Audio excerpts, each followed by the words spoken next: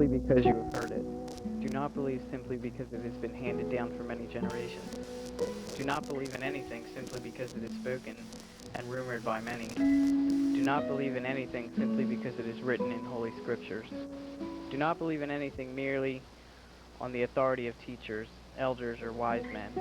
Believe only after careful observation and analysis, when you find that it agrees with reason and is conducive to the good and benefit of one and all. Then accept it and live up to it.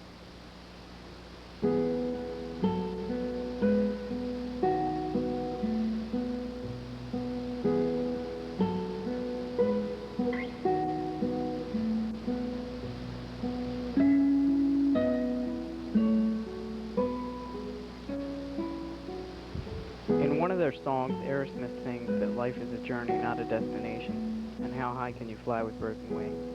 Throughout the ordeal of being sick, I have made this a motto to live by day, taking my life one step at a time. My wings are not broken, only bruised. I shall fly again to new heights. These days I spend my time resting. Plagued by chronic lethargy and muscle pain, I continuously have a gray cloud over my mind. I sleep when I can and do schoolwork one moment at a time. I have trouble remembering simple processes, and accessing information is nearly impossible. I often forget what I did the previous day, and I can become extremely frustrated and irritable at the slightest things. Uneducated people assumed it was depression, but if you lived with chronic pain and fatigue every minute, you'd be frustrated and irritable too. In fact, anyone who knows me knows that I'm a motivated perfectionist. I could always count on Jimmy to be the kid that would put the time in and lead the project at the same time, and would lead by witness. Other kids wanted to do things because Jimmy was in there doing something. Other kids were trying to sit through the classroom process. Hey, what's that kid doing? Oh, he's learning how to paint this particular type of material on this particular type of wood, and do the calculation to send the image, translate the image from this copy he made out of the computer onto this giant 4x8 board into this particular scale, and then sit there and tediously draw it on so it's etched permanently in his brain. You know, I mean, this was learning as compared with what the other kids were doing, was trying to avoid. School staff and even a psychologist speculated that maybe I was a malingerer who just didn't want to be in school. Since they knew me only as a number, maybe you should hear the opinion of a teacher that has worked side by side me for the past 2 years. I remember Reach in its early days, and we had quite a mix of different kids, quite a spectrum. And I remember we were running this art class, and TJ and Jimmy came into the art class, and I could see right away that they were pretty much computer adept. They knew what they were talking about. They were close friends, and they would talk about the nuances and details of these things. So I had a feeling that they were pretty high-tech. But that doesn't say much, because a lot of the kids, they didn't get things completed. They weren't really doers. And there was always this concept of you have different types of learners. You know, you have sequential learners or listeners, and you had graphic learners or visual, and then you had the manipulative hand learners. Well, all the kids who were manipulative in the what do they call those things? Bodily kinesthetic things that fit into that category. They didn't learn from manipulation. They didn't learn at all. But here was a kid who was mentally adept, obviously a graphic and a verbal sequential hearing type of learner, and we got the airbrush out, and the other kids are kind of like just farting around doing nothing. And Jimmy starts creating things, cutting out stencils and making shapes and trying different shapes, experimenting with the whole thing. So it hit me interestingly, because my first input was, well, here's a kid of high intellect, and I could see he was a kid of high mandible skills also, you know, and that was a bizarre combination. And I kind of fit in that category a lot too, as a math teacher and into the art thing. I have this spectrum of abilities and skills, so I recognize this right away in Jimmy. So all through that weird time at school, we hung together and we saw the crisis through together. And we had all the concepts that we talked about in the process. I mean, here it was, you know, his English teacher couldn't even show up for the class We're sitting talking about the mythological beginnings of the Phoenix. As we're creating, well, how are we going to paint this thing on the thing? So you want to talk about Renaissance men, we were there. We had our studio, and when we were doing things, the rest of the school could rot. We had self-actualization happening right there. It was autonomy. It was untouched by the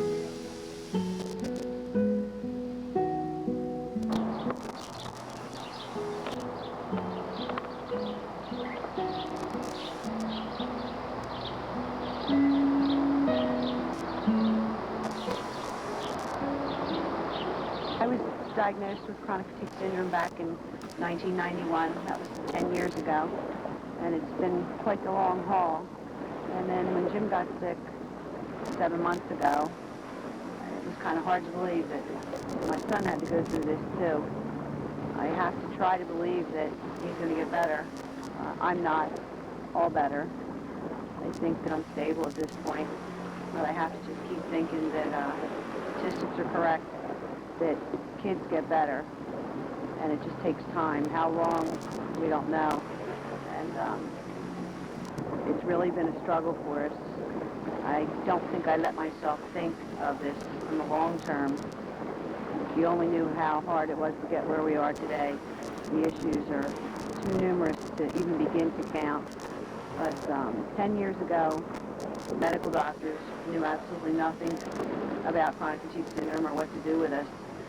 And now, 10 years later, I find that there are some doctors, a very, very select few, that do know how to treat symptoms. But the big difference is that patient awareness and support is much better now than it was 10 years ago. That's the big difference. That's really the only big difference now, is that patient awareness and advocacy, and there's help for educational issues for kids. I hope that continues to grow and get better, because these people, including myself and kids, really, really need help. Kids really.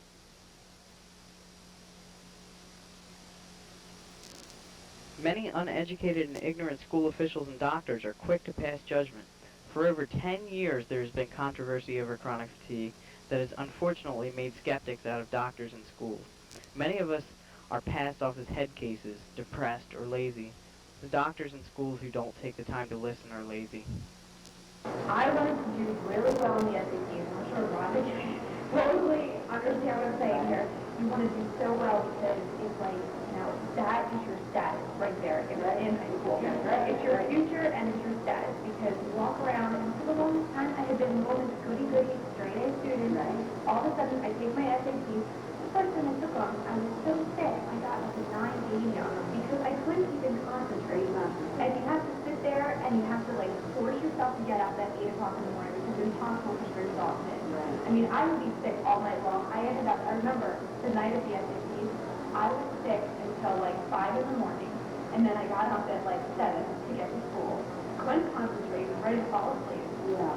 Trying to do math, trying to help yourself for the future. Yeah. Impossible. You can't do it.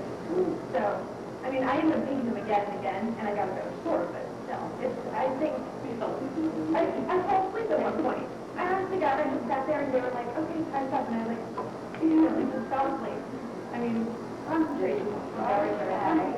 Next, I would like to talk to Mary Jean, who is 35, and she's been 53 years, and her father, Frank, is here.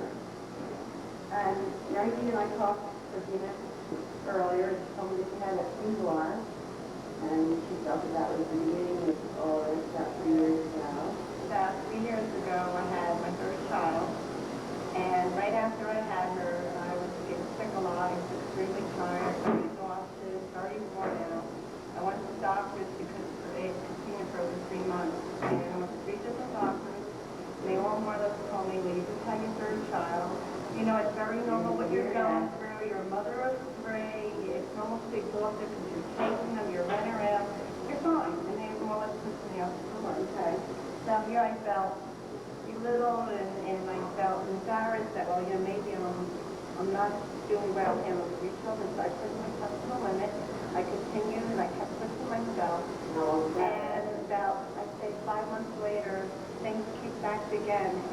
so severe to the point where now things were getting so severe.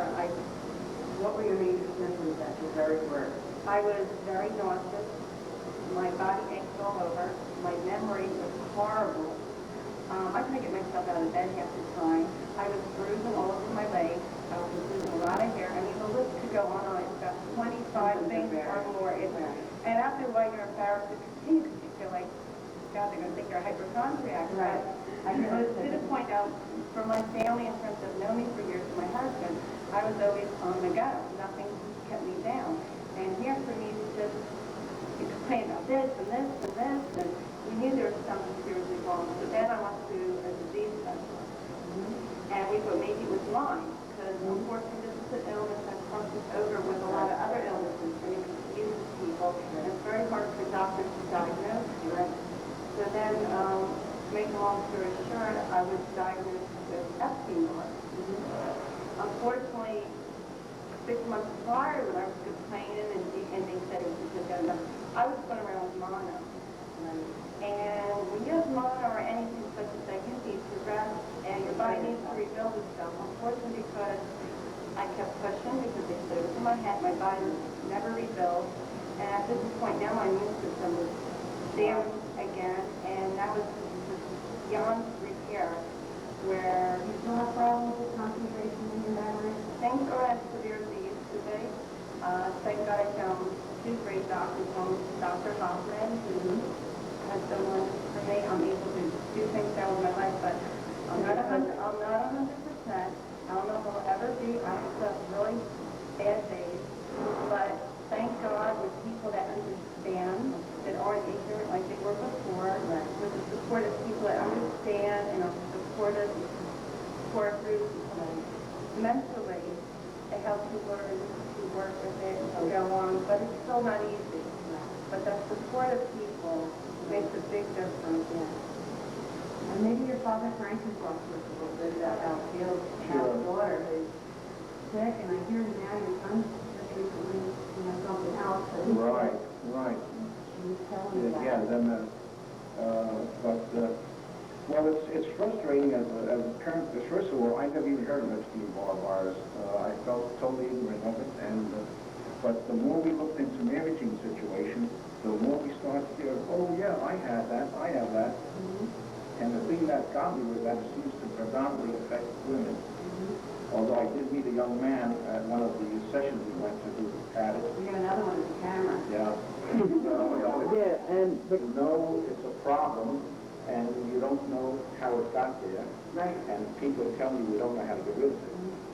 So so we try to learn as much as we can about it to assist her with that and better understanding from family. And I think we've come a long way in that regard, which is why I like to come to these things. I think you have too, because your daughter told me how wonderful it was, and that her parents were giving her main support throughout the entire illness. And I have to commend you for that, because I also have chronic dysfunction. I was diagnosed back in 1991, and my parents were the only people in the whole world that were here and understood. And I was raising two small children by myself, and I can sympathize with your feelings of having a sick child. And at least, yeah, and at least I do know what this is all about because I suffer from it myself. It breaks my heart to think that my child is typical, just like the rest of them, straight A student, has goals, totally enrolled in life, is now, we hope temporarily. Sure. Well, I think one of the things that's very frustrating, at least for me to find out, is that many of the so-called professionals, the doctors, know no more than you do about it. Less. And we went to we went to a couple of them was up at Robert Wood, where I understand there's going to be another presentation coming up at Robert Wood Johnson. And the few doctors there were quick to tell you that the minute you leave the New York area, most of the doctors don't have a clue of whether it's chronic fatigue, Epstein-Barr. And so you say to yourself, then how is your child going to be helped if the doctors don't know what to do? So it's very frustrating, and I guess you can't blame them. It's just that no one has really paid attention to this. It's only in recent times where I can gather that the nation is focusing now, and the government is starting to fund some of these programs. She's 23, and she's been sick for almost 10 years.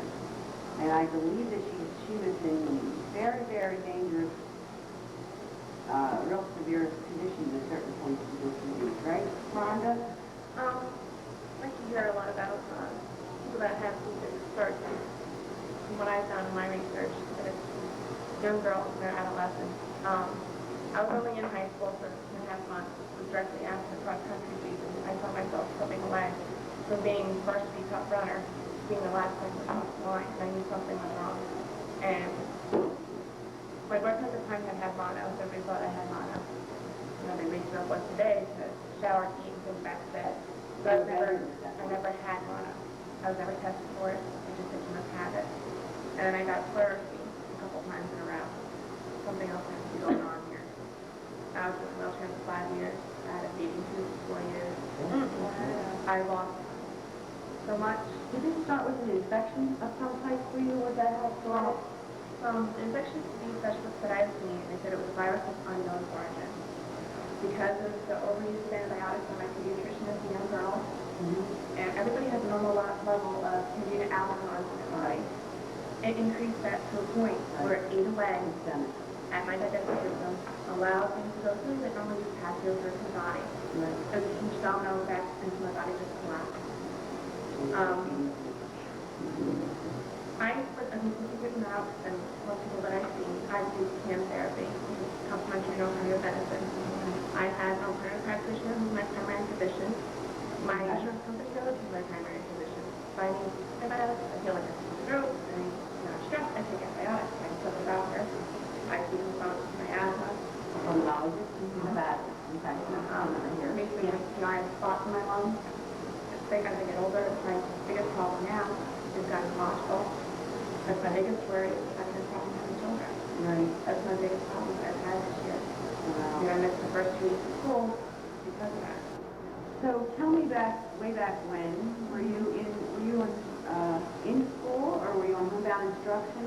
I was complete homebound. They told me to quit school when I started my sophomore year. That was completely impossible. Because my teachers would come in and I couldn't get out of bed. I couldn't roll my head over. Did you suffer from cognitive problems and memory problems? It's the organ that I feel affected the most. Your brain. Yeah. Were you able to read and comprehend what you read? I know things are different now than when I was younger. I've adjusted. From when I remember back then, it was very hard. I did everything. It took me a long time to learn how to write. I did everything orally. I dictated everything. You started to I do couldn't write. So your district accommodated your illness and helped you find ways to communicate. When I was first sick, I was in 8th grade, and I became homebound around the time of my surgery. And then I was basically homebound for a year, but able to do the stairs. And then the second year I was sick, I became bedridden, and was basically bedridden until around my high school graduation when a new treatment started helping. Yes, I was home tutored from 8th grade through. And are you a little bit better now? A little bit. And what would you attribute that to? Intravenous gamma-globulin I get once a month. Gamma-globulin. While we live, let us live. On the American dollar bill it says, "In God we trust," yet we cannot see God. We cannot put God under a microscope, and we cannot capture him on tape, yet we trust in him. Trust in the people. Hear our cries and hear our prayers. While you may not be able to see or understand our illness, please trust in us. It is impossible to understand unless you have lived it. Please believe. To excellent doctors who are understanding and caring. Dr. James Zaleski, seen above, has a 40-page resume and is globally recognized for his work on immunology. He is on the World AIDS Council and currently is the chief pediatric immunologist at the University of Medicine and Dentistry in Newark, New Jersey. He has even worked for the National Institute of Health. There's no question in my mind that you will, I think you will get that.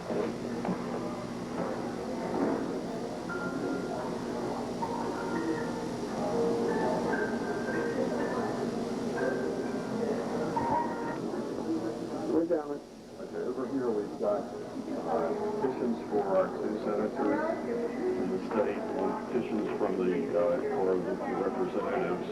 On this table we've got petition for President Bush and the Secretary of Health and Human Services.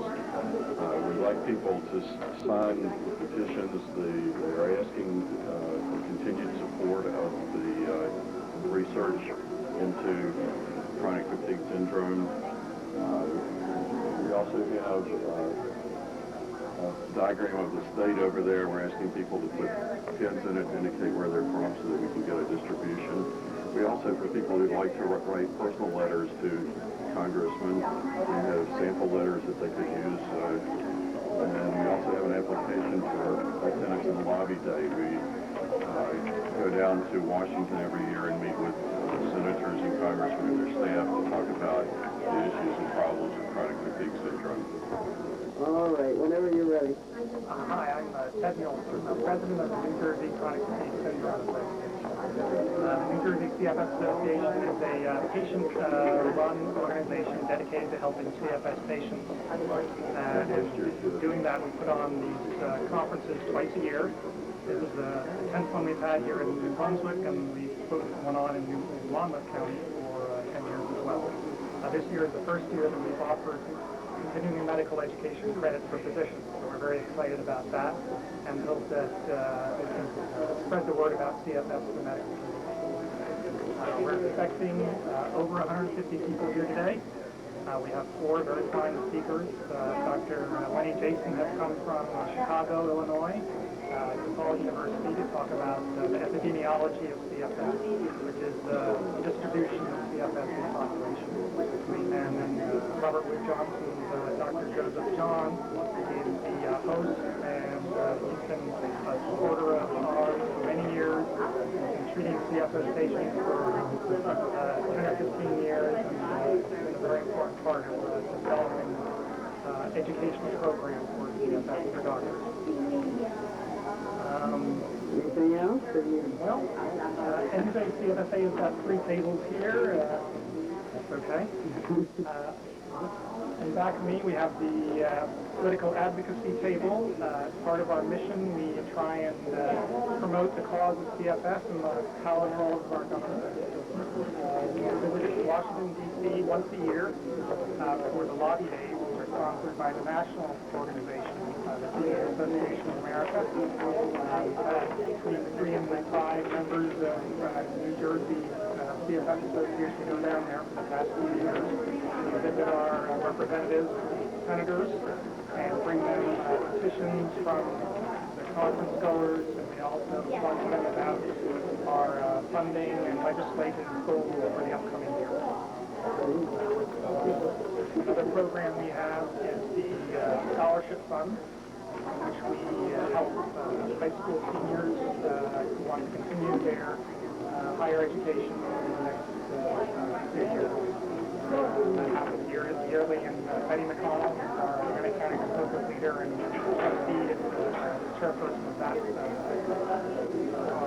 I hope you will have a fun time here today and learn a lot about the CFS and meet a lot of other patients. And what makes it all worthwhile. Thanks. How are you, dear? I'm at a gamma here yesterday, just getting more tonight. So, are they doing them more frequently now? They're doing it every 3 weeks. What were you doing? Every 4 weeks. What's the Dharma Association doing for you?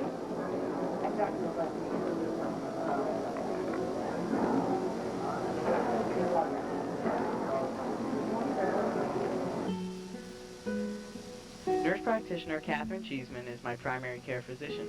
She keeps me on my toes and tries to make sure that I'm staying out of trouble. When I first saw James for this beginning of this process of chronic fatigue syndrome, it was for an acute illness. Now, I had seen you before at different times for other sinus infections, and you had a herpes outbreak that was pretty bad to go along with the illness. But this time it was in September of 2000, and you were one of zillions that we saw, especially in your age group, that had a really nasty virus that was a flu-like virus, but wasn't the flu that people got the shots for. So you started out with the flu-like symptoms, but then you went into bad bronchitis, and your sinus, because that's your weak spot, that got involved. And I remember when you were here, you were very worried about and argued with me about taking off time from school because you were taking the HSPT test, and you were worried because you went in and took it, but you broke out in a sweat, and you were really sick. So that was the beginning, and you had good management for that, and you did really well as far as getting over the acute symptoms, but then what was worrisome, I continued to see you back for secondary problems. You had super infections with the thrush, and then you had the herpes outbreak again, and then you had another sore throat, and every time you went back to school it seemed like you got sick again, and you were getting more and more discouraged from what was going on. And we talked then about seeing some counseling and the need for that, and this was all in the fall. And it lasted through the fall. My feeling at the time, and I shared it with you, was that you had post-viral syndrome, which is a time-limited illness caused by having had an acute virus, and it can mess up your bone marrow and your immune system. But that's really what we thought was going on. But time kept going by, and you kept getting all these issues, and it just was at once a week, once every other week, it just wasn't getting better. And even though you saw counseling and you started on some medicine, it really, you were having trouble with sleep, and you were getting progressively pains. So it really was more and more out of my hands that I felt it had to be something more. We did a slew of blood tests to check for all the typical, the Lyme's, the mono, the leukemias or cancers or any of those kinds of things.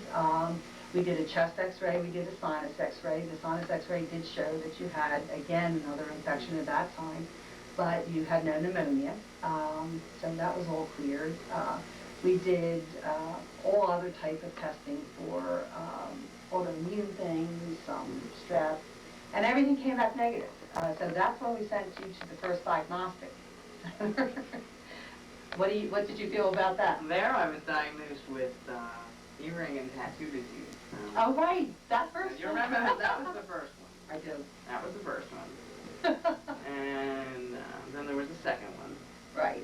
So we weren't really happy with the first one. The doctor was really off the cuff and, right, felt that you had too many earrings. Well, I was so crazy. I thought he was a little crazy. Which was, of course, bizarre. And, of course, that was a major children's hospital in the area, and which is unthinkable that that could have been looked at that way, but it wasn't.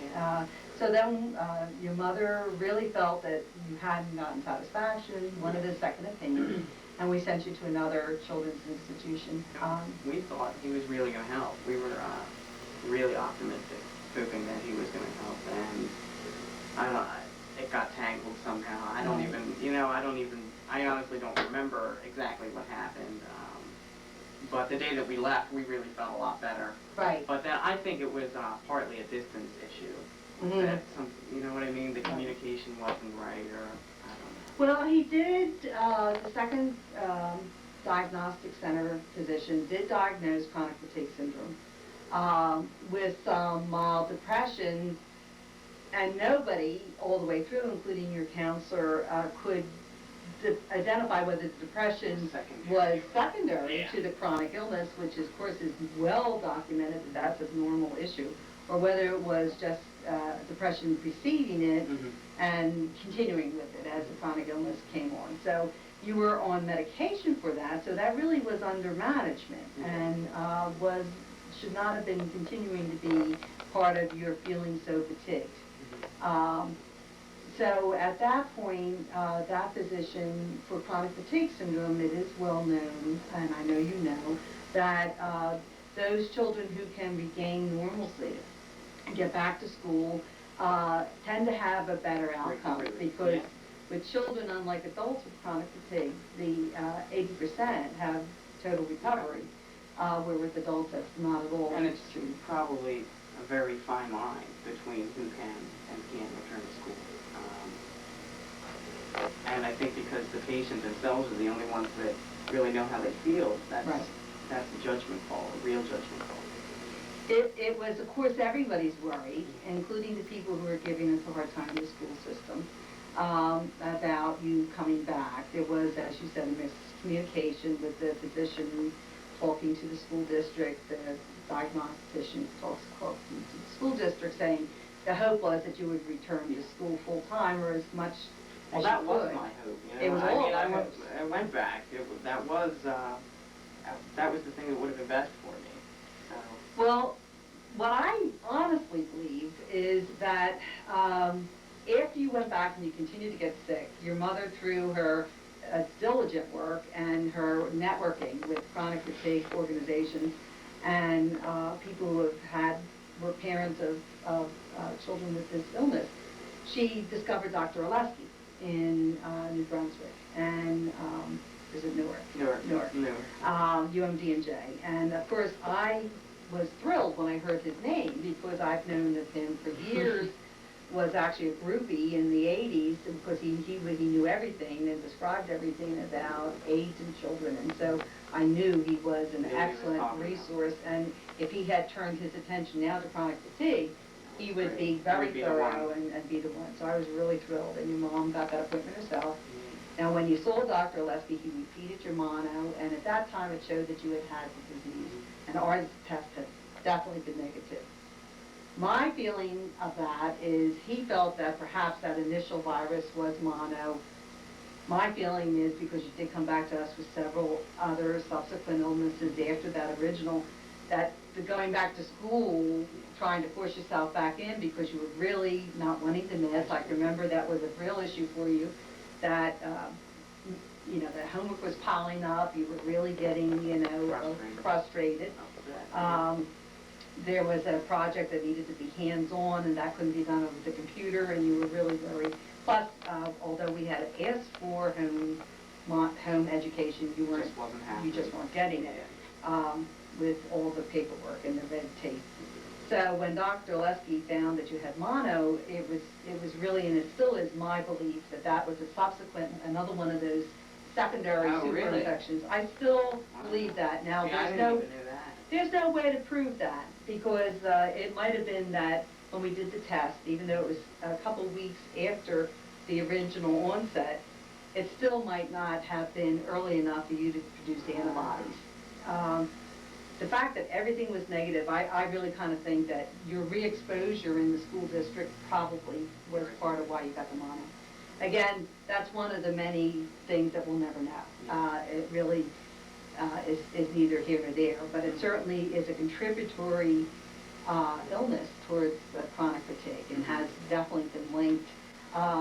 Interestingly enough, it was heralded early on as the cause of chronic fatigue. They called it chronic Epstein-Barr.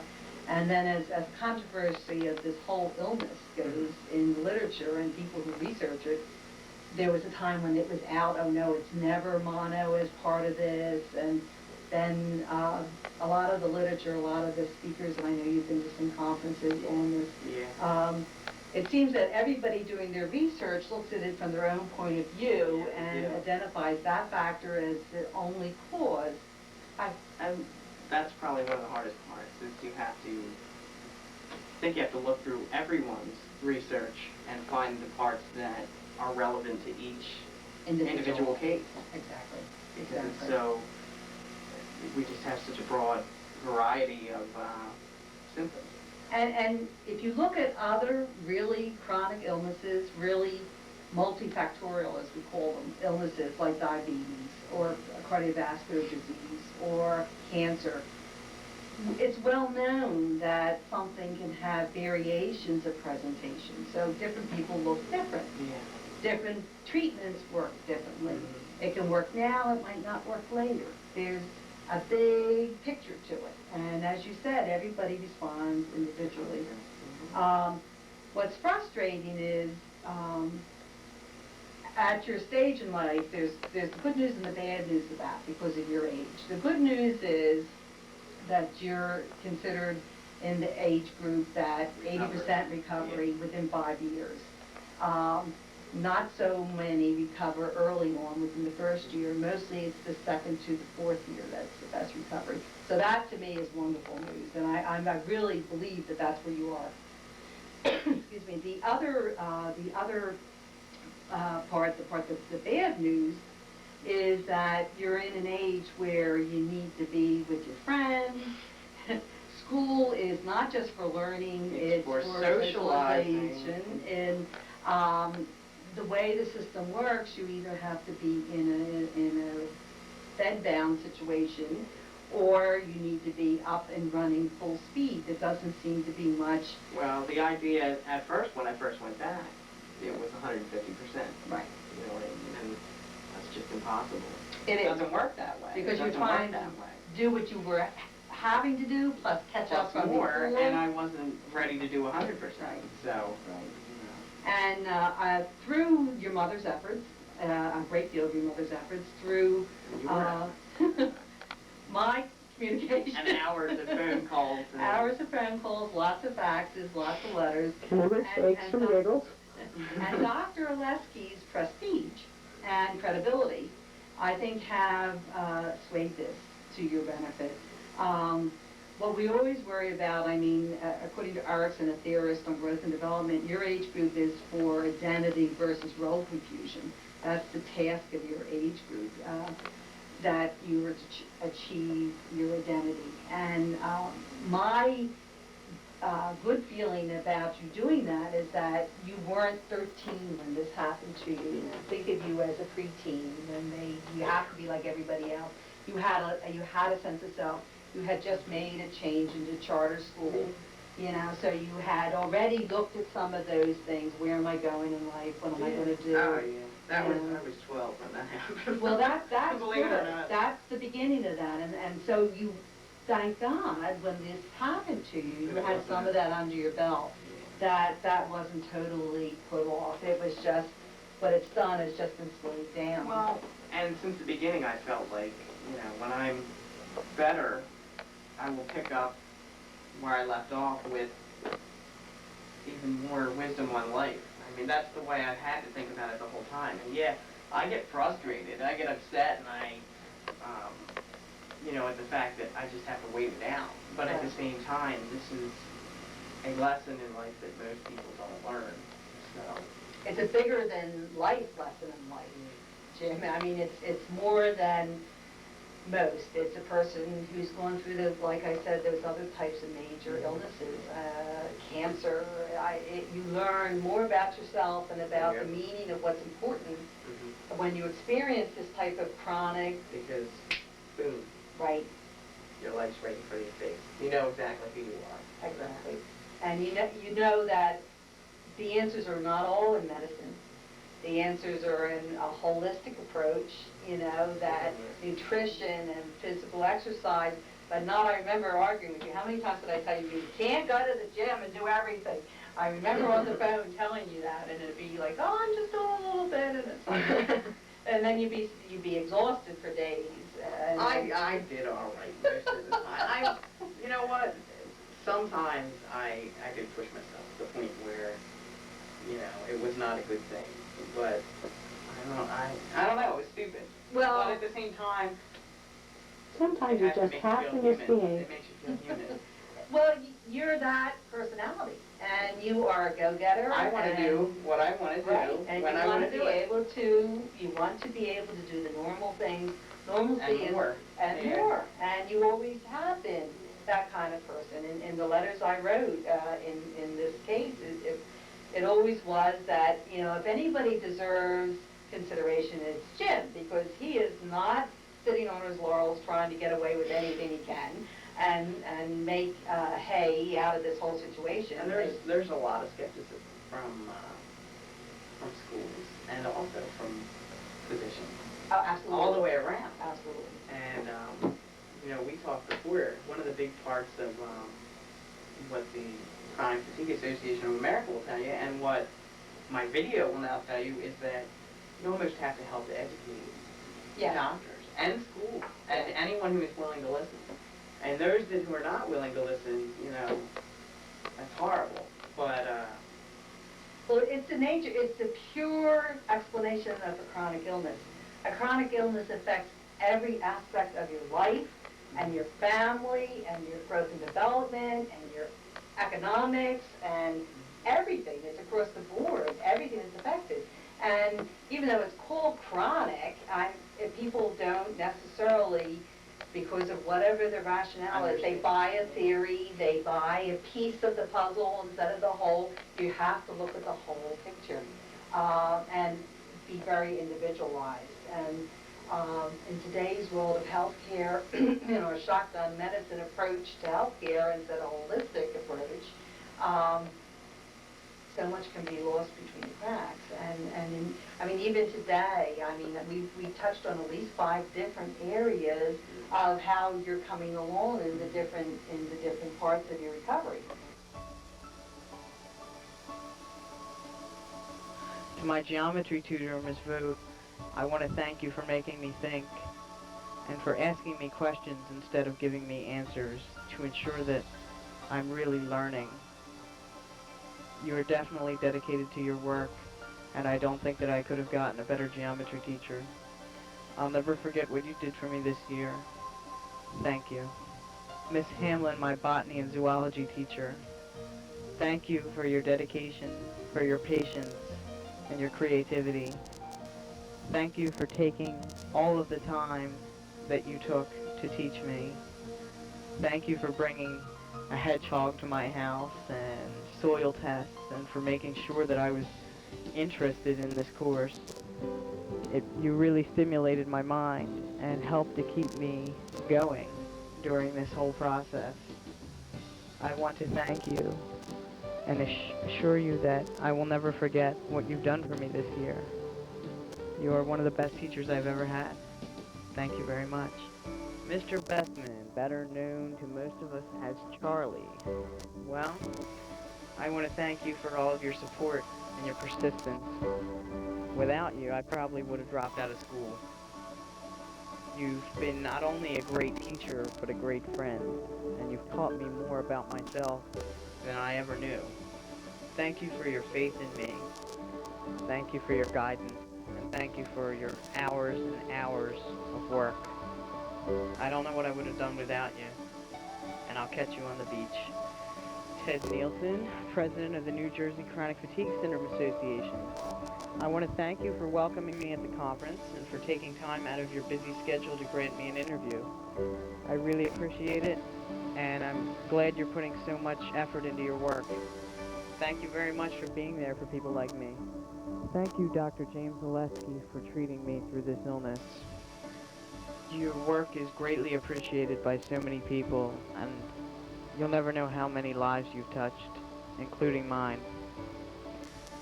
We were in a total frenzy before we made an appointment with you, and I thank you for putting things together. You once said to me when I thanked you for seeing me that I shouldn't thank you because you can't cure my illness. You've cured my fears. Betty McConnell, Atlantic County CFS Support Group Leader. I want to thank you for putting together the support group meetings for so many people to get together and learn things from each other. And I want to thank you for your opportunity of letting me come to film everyone and yourself. Unfortunately, the audio wasn't working too well, so I didn't get to put in the segment of just you and I talking. But nonetheless, I do want to thank you for all of your help. And you are truly dedicated to what you're doing. And it's people like you who have made that difference in 10 years, who have put the word out there, and who have gotten the doctors educated. Thank you for your continuous work. It is appreciated. Nurse practitioner Kathy Cheeseman. I want to thank you for your hours and hours of work and phone calls. I want to thank you for your traditional and holistic approach to treating my illness. And I want to thank you for always believing me. You've become not only a doctor, but a second mother to me. And I want to thank you for your guidance and your support and your non-stop work at making sure that I get whatever I need. Thank you so much. There is a light at the end of the tunnel, a light so bright that when you finally reach it, you will know the meaning of your life. You will know why you were put on this earth, who you are as a person, and your heart will finally meet your soul. So I say to you, as a fellow dreamer, sit in the park and watch the squirrels play. Watch the butterflies flutter and listen to a bird's song.